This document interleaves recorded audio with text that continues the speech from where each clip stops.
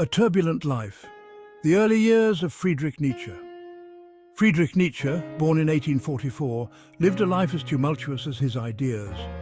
Orphaned at a young age, he sought solace in books and knowledge. This early tragedy cast a shadow yet fueled his intellectual fire. He excelled in his studies, displaying a remarkable aptitude for philology and philosophy. At the tender age of 24, he became a professor of classical philology. However, his time in academia was short-lived.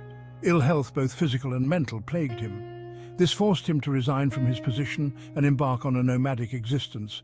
Nietzsche's ill health, while debilitating, seemed to intensify his intellectual pursuits. He wrote with fervor, producing a torrent of books and essays that challenged conventional thinking. His work was often met with controversy, pushing the boundaries of philosophy and questioning the very foundations of Western thought. The birth of tragedy, Nietzsche's first foray into philosophy. Nietzsche's first major work, The Birth of Tragedy, announced the arrival of a radical new voice in philosophy. This book was a bold and audacious entry into the philosophical arena, marking Nietzsche as a thinker who was unafraid to challenge the status quo. Published in 1872, it explored the duality of human nature.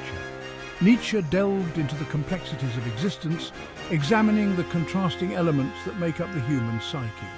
He introduced the concepts of the Apollonian and Dionysian, forces that he believed were fundamental to the human experience. These two opposing forces, named after the Greek gods Apollo and Dionysus, represented different aspects of life and art. The Apollonian, represented by order, reason and rationality, was juxtaposed with the Dionysian. Apollo symbolized the structured, logical and harmonious aspects of existence. This force embodied chaos, emotion and primal instinct. Dionysus, on the other hand, embodied the wild, passionate and instinctual side of humanity. Nietzsche argued that both were necessary for a fulfilling life, a balance between control and abandon. He believed that a harmonious life required the integration of both these elements, creating a dynamic tension that fueled creativity and growth.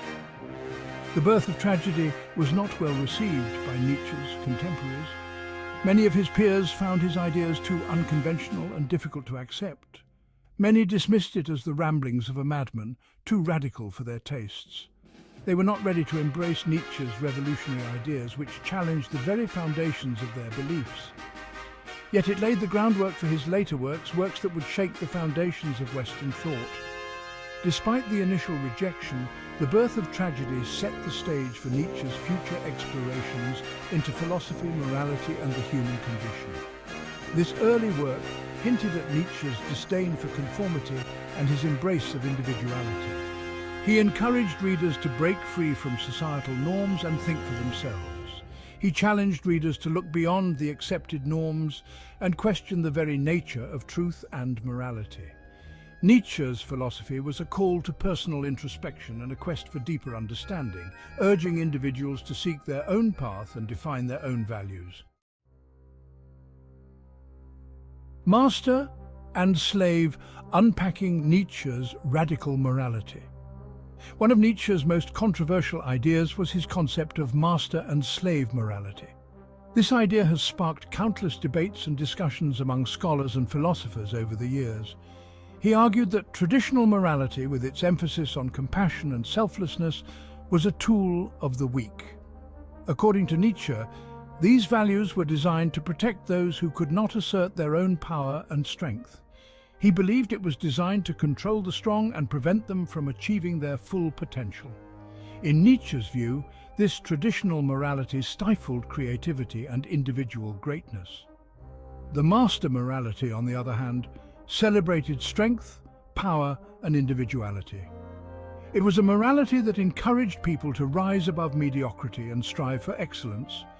It valued self-assertion and the pursuit of excellence. Nietzsche saw this as a more authentic and life-affirming approach to morality. Nietzsche believed that this morality was more natural, more in tune with the human will to power. He saw the will to power as a fundamental driving force in human nature. This concept is easily misunderstood. Many people misinterpret Nietzsche's ideas as promoting selfishness or ruthlessness. Nietzsche was not advocating for cruelty or oppression. Instead, he was challenging the conventional moral framework that he believed limited human potential. He was, instead, challenging the idea of a universal morality. Nietzsche argued that what is considered moral or immoral can vary greatly depending on the context and the individuals involved. He believed that morality was fluid, a product of history and power dynamics. This perspective suggests that our moral values are not fixed, but evolve over time. His critique of morality was not intended to be nihilistic. Nietzsche was not suggesting that life is meaningless or that values do not matter. Rather, it was a call for individuals to create their own values, values that reflected their own strength and individuality. He encouraged people to look within themselves and find what truly matters to them, rather than blindly following societal norms. Nietzsche's philosophy invites us to embrace our inner potential and to live authentically. It challenges us to question the status quo and to forge our own path in life. By understanding and applying Nietzsche's radical ideas on morality, we can gain a deeper insight into our own values and motivations.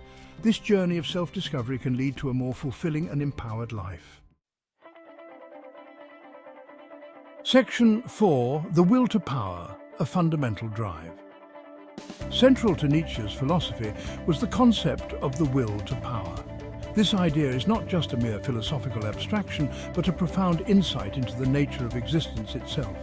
He believed that this will was the fundamental driving force of all living things. From the smallest plant reaching for sunlight to the most complex human endeavors, the will to power is the essence of life. It was not simply a desire for dominance over others, but a deeper urge for growth, self-realization, and the overcoming of obstacles. This drive pushes individuals to surpass their limits, to achieve greatness, and to continually evolve. For Nietzsche, the will to power was not inherently good or evil. It transcends traditional moral categories, existing as a neutral force that can be directed in various ways. It was a neutral force that could manifest itself in both creative and destructive ways. The same drive that fuels artistic creation can also lead to destruction and chaos. It was up to the individual to channel this will constructively, to strive for self-mastery and personal excellence. Through discipline and self-awareness, one can harness this power for positive growth.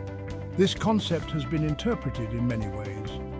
Philosophers, psychologists, and scholars have debated its implications and applications across different fields. Some see it as a justification for ruthless ambition, while others see it as a call to embrace life's challenges and strive for self-improvement.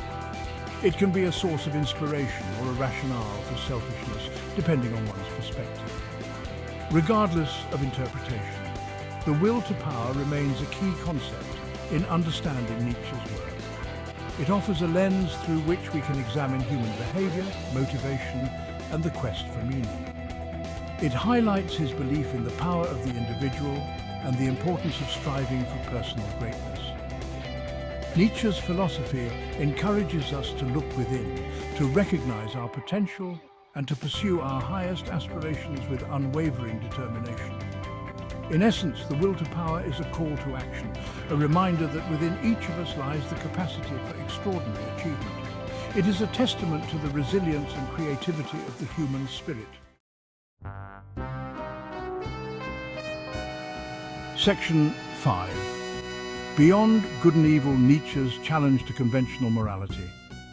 In his book Beyond Good and Evil, Nietzsche launched a scathing critique of traditional morality. He argued that the categories of good and evil were artificial constructs imposed upon humanity by those in power. He believed that true morality lay in the individual's ability to create their own values.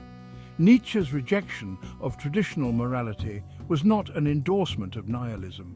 He wasn't suggesting that anything goes, rather he was advocating for a re-evaluation of values, a move beyond the constraints of societal norms.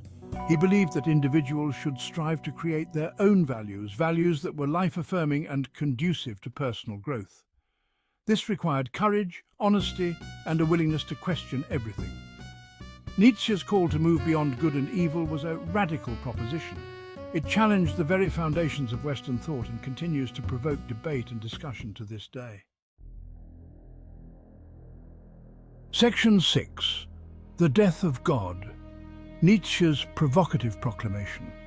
God is dead, Nietzsche famously declared.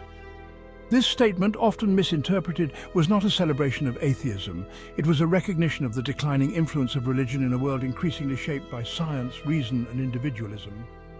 Nietzsche believed that the death of God left a void in Western civilization. Without a higher power to dictate morality and meaning, humanity was faced with a profound crisis. However, he also saw this crisis as an opportunity. The death of God, for Nietzsche, meant the death of absolute truth and externally imposed values. This created a space for individuals to create their own meaning, to become the creators of their own values. This idea, while shocking to some, was central to Nietzsche's philosophy. He believed that embracing the death of God was the first step towards a more authentic and fulfilling existence.